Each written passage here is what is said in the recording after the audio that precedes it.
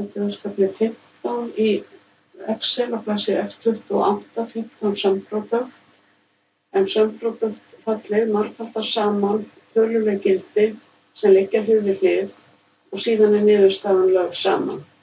Ef við setjum formúlu hér, förum í FX, finnum sum-product eða skrifum það á leitarlínuna og smellum á Go. Síðan dreg ég yfir þetta svæði, síðan hér, og þessa tölu hér.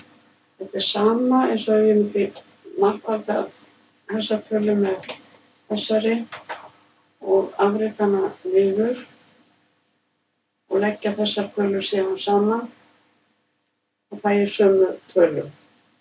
En ég ætla ekki að gera það, en þetta er svona summu margfeldi og ég ætla að vista.